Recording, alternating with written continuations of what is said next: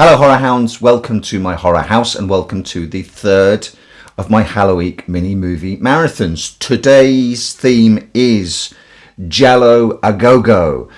Regular viewers to the channel will know how much I love the Giallo subgenre. So this is, I'll be honest, this is a blatant excuse to watch a whole bunch of movies that have sat in my collection that I haven't got round to until now. I am armed this morning with some rather delicious filter coffee and a couple of jam-filled donuts. And the first movie is, I know nothing about it. I saw someone being very positive about it relatively recently on Twitter. So I thought, okay, it's a Giallo. I haven't seen it. Someone else is recommending it. Let's go. So this will be the first movie to kick off today's Giallo-a-gogo, and it is called The Fifth Chord. Well, that was pretty much exactly what the doctor ordered. What a fantastic little Giallo. Out in 1971, directed by Luigi Bazzoni, clearly following closely in the footsteps of the huge success of Dario Argento's The Bird with the Crystal Plumage. This kind of gives me almost everything I want from my Giallo movies, including an appearance from a bottle of J&B whiskey.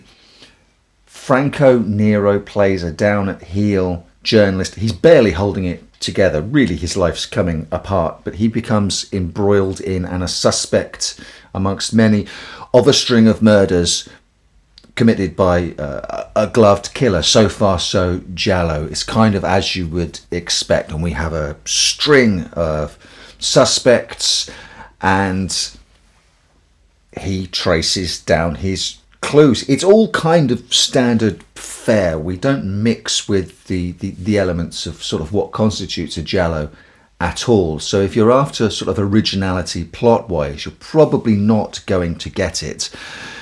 What you do get is such visual artistry from the director and the cinematographer. These films, when they're in the hands of someone who wants to try and make some sort of artistic statement from them, rather than as a paycheck film, often are the most beautiful films I've ever seen. And The Fifth Chord is visually absolutely striking. One of the visual themes that a lot of these gialli have in common is the use of extraordinary locations. Oftentimes it will be sort of dilapidated and crumbling Italian villas and old mansion houses and the like. But sometimes these films will have something visually to say about the modern world and modernism. And all of our characters in The Fifth Chord are surrounded by continually modernist architecture, almost to the point of sort of being trapped in it. You will see, if you play a drinking game where you take a shot every time you see a staircase in the frame, you will die of alcohol poisoning by the end of it. But oftentimes characters will be very small in the frame, like mice, rats in a trap, surrounded by this architecture. There will often be, there'll be slats. If you check off every time a character is sort of trapped behind glass or looking through glass with horizontal blinds or vertical blinds and vertical lines caging them in all the time, and we move from this really modernist environment as the movie moves towards its final act into more sort of dilapidated and run down and abandoned areas. And all the time Franco Nero is sort of running around a little bit like a headless chicken, always a couple of clues behind, it seems, until the very end, giving us this weirdly claustrophobic, paranoid sense that everything's closing in and everyone's enclosed and they're all rats in the same trap, leading to a really quite brilliant and suspenseful final attack in a house, leading to a chase sequence which is equally thrilling and gripping. As with many other gialli, this film is not afraid to employ what I call the redhead hotness. I don't know why. Giallo movies seem to always have at least one hot redhead in them, if not multiple. And I don't know why that has fallen out of favour. I say bring back the redhead hotness in our horror cinema. But that was so much fun to watch. And that was only the first movie. And we're going to move straight on now to another giallo that I've had in my collection for a long time but have yet to watch. And it's going to be Death Walks on High Heels. How on earth do I explain this one? This is not one of those gialli who relies on the kind of visual artistry and flair that we talked about in the previous movie, The Fifth Chord, or the absolute top tier work of the likes of Dario Argento and Mario Bava. Instead, this is a giallo movie that leans very heavily on its labyrinthine plot of surprising revelations, twists, red herrings. A development halfway through the movie that absolutely bowled me over. It's not something you see a lot in movies, a development like that, and I don't want to spoil it for you at all. What the story boils down to is that our protagonist, for want of a better word, she is a stripper, and her father has recently been killed, and he was an ex-jewel thief, and everyone believes that he is responsible for a diamond heist, and the diamonds are missing. And everyone's looking for the diamonds, essentially, and there is a killer, an anonymous killer, who phones her and tells her that if she doesn't reveal where the diamonds are, because everyone believes that she's got them, she'll be killed. The movie starts in Paris and moves to England as she flees the killer. That's atypical for a giallo movie. Our lead character is a female lead character. That is also atypical. And yeah, the joy of it comes from the twisty, turny plot. There are some bizarre decisions in this movie. I can't deny it. We do see our protagonist at work a couple of times, a couple of strip routines. The first one, bizarrely, she does in blackface. Not just blackface, black from head to toe, which, I mean, it's a choice, I guess, but why? Later on, during a burgeoning relationship, there is a prolonged scene of her eating fish with her fingers, really greasy fingers, popping in bits of fish that she's pulled off of this sort of barbecued fish. That I guess that scene is supposed to seem seductive, but it's just her pushing bits of oily fish into her mouth by firelight with all her greasy fingers glistening. It's such a strange choice again. But at the risk of repeating myself, the joy of it is in the crazy plot that does at least coalesce once the killer is revealed and the motive is revealed and all the cards are on the table. At least it does make sense. Some of the more out there giallo movies do tend to have killer revelations that come absolutely out of left field and give you whiplash. So I have had fun. I have had fun with it. Who's the director? Luciano Ercole. So much so that the next film it's going to be another first watch for me, but it's going to be his follow-up to that, Death Walks at Midnight. Before I put that on, I need to walk the dog, and when I get back, I've got some homemade vegetable samosas from the corner shop just down the road that I am going to eat whilst I watch, hopefully, the equally as bonkers Death Walks at Midnight. Well, that was a lot of fun. We get an appearance by our old Giallo friend J&B Whiskey in this, and because the director is using a lot of the same actors from Death Walks on High Heels as he does in Death Walks at Midnight, we get a continuation of the redhead hotness that I was talking about earlier with his two female leads from Walks on High Heels, present and correct in Walks at Midnight. And again, this is one of those Giallo movies where the real draw is the mystery, and here it's a pretty good one, I got to admit. Our heroine is a model, and her journalist sort of on-off boyfriend persuades her, under the promise of anonymity, to be the subject of an article wherein she will take a new sort of psychoactive street drug, and he'll write an article about her experiences on the drug. He throws her under the bus. It's not anonymous. Her being a supermodel is the selling point of the article. But while she's under the influence of the drug, it unlocks a memory that she had and has suppressed of a murder she witnessed. But no one will believe her because they all think that she's high. But she sees this man with a very medieval implement, a sort of iron glove with spikes on the knuckles. Really nasty stuff. Killing a woman with that, a sort of proto Freddy Krueger type implement. And everyone thinks that she was just off her head. The police don't believe her. Her boyfriend doesn't believe her.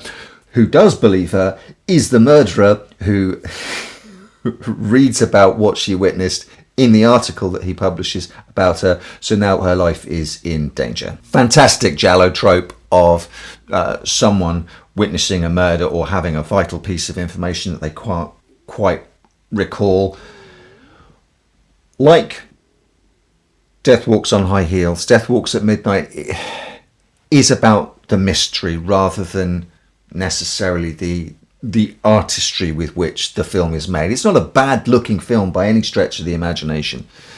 It's a perfectly serviceable looking movie. The reason I'm bringing this up is I can rewatch Dario Argento's movies over and over and over again, even though I know who the killer is now in all of his Giallo movies. It's just that the experience of watching one of his movies is so sumptuous. There's so much on offer. There's so much eye candy on offer, which isn't present in some of the lesser Giallos.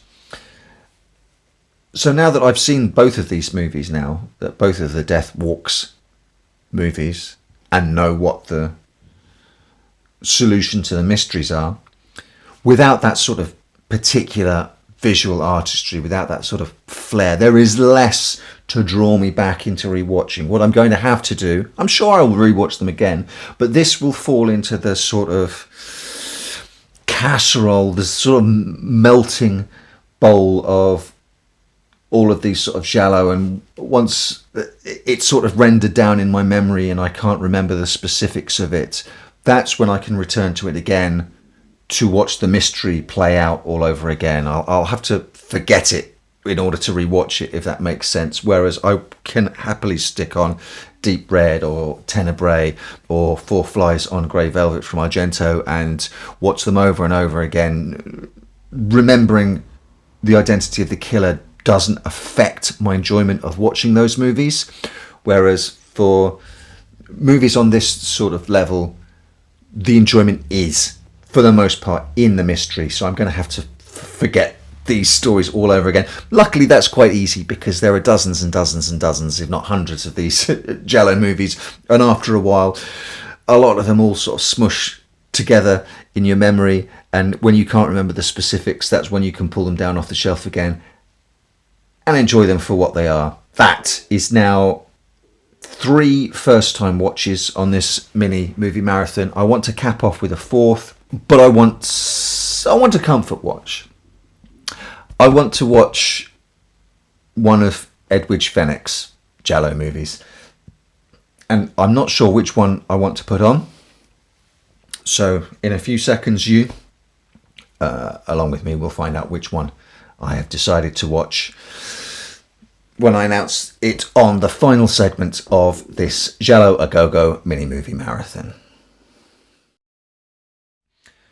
Well, I plumped for The Strange Vice of Mrs. Ward, and as I was trying to choose, it occurred to me that I could have done a mini movie marathon just of Edwidge Fenwick movies.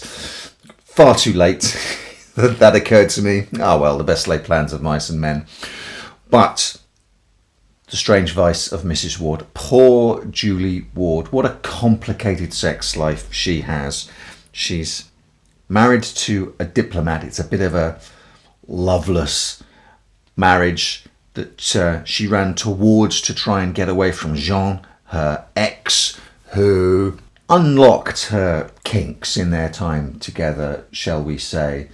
She has a kink for blood, which compels and repels her in equal measure. Think Hellraiser and how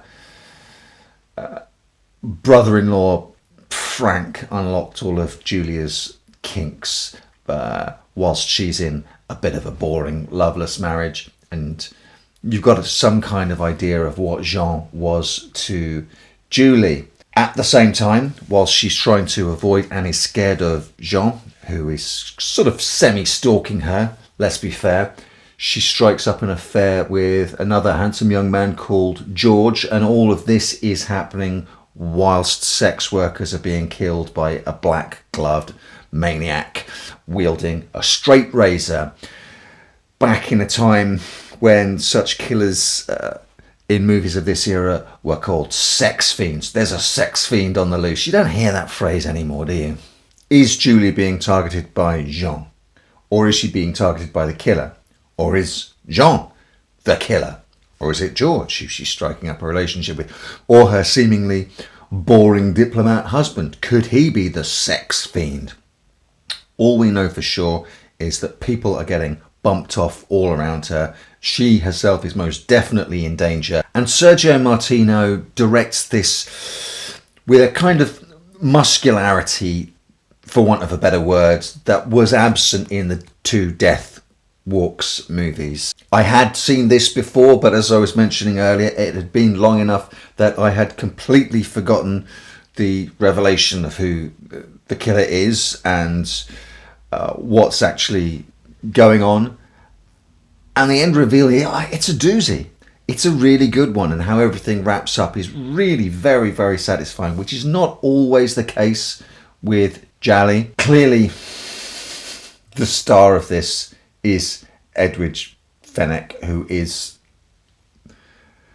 an ethereal beauty. The first time I saw her was in Your Vice is a Locked Room and Only I Have the Key. She turns up about half an hour in, and she literally took my breath away the first time I saw her. My jaw dropped open, and I did like a stupid teenager.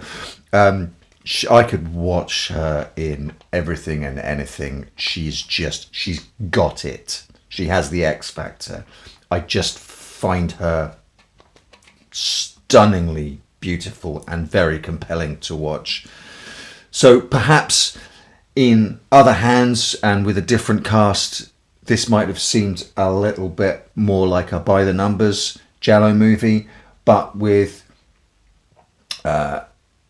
Sergio's strong direction and Fenwick's just divine presence. I'm sorry for drooling throughout this video, but I can't be objective when it comes to her. She's just phenomenal. In those hands, I think the material is elevated. It's very compelling. The action's great. The stalking and the chasing and the murders. And as I say, everything comes together with an ending that I think is one of the better ones in this subgenre. So a cracking film, I think, to cap off the mini marathon, that goes hand in glove with a little bit of regret that I hadn't thought to just do an Edward Fenech mini marathon. Then again, could you all have suffered through 15 to 20 minutes of me going, gosh, she's so gorgeous? Probably not. I think that would have been maybe a bit obnoxious. So I'll save the rewatches of some of her other films for another time. I bid you welcome. I welcome you to my house. Welcome to my house. Welcome to my home.